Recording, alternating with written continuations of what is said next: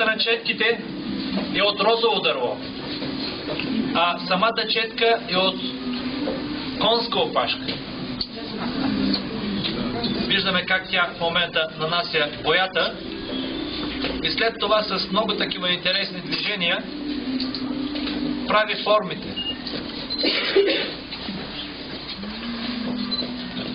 Значи това изкуство е било правено и с тия рисунки са били облицовани книгите отвън, за обложка на книги в историята.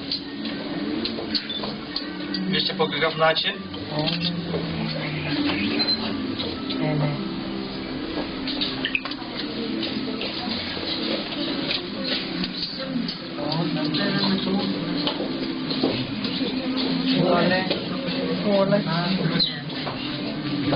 Предимно се оформят, разбира се, растителни орнаменти.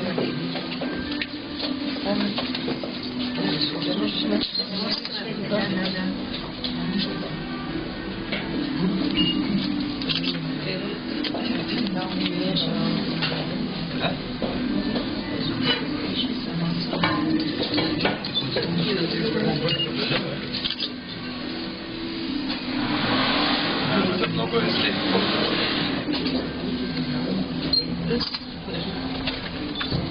Моя мамаски. Чего? Казалось.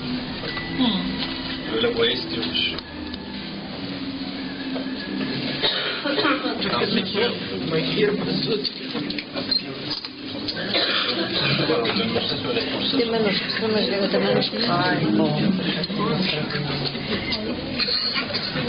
Виждате ли цветята, които се получиха?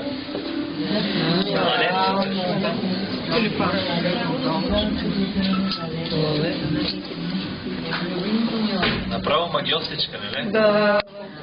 Али за него участвам? Ага, тя колко е рисувала.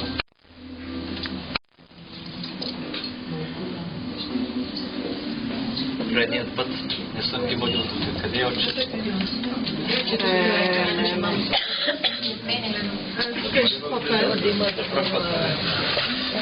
Вижте сега. Хартия, която ще побие боята от водната повърхност и картината ще мине на самата хартия. Нали? А какви са боите?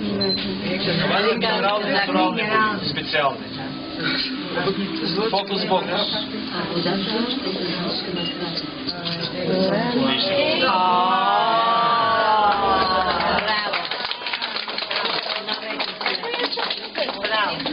Много е красиво. Чудесно. Браво.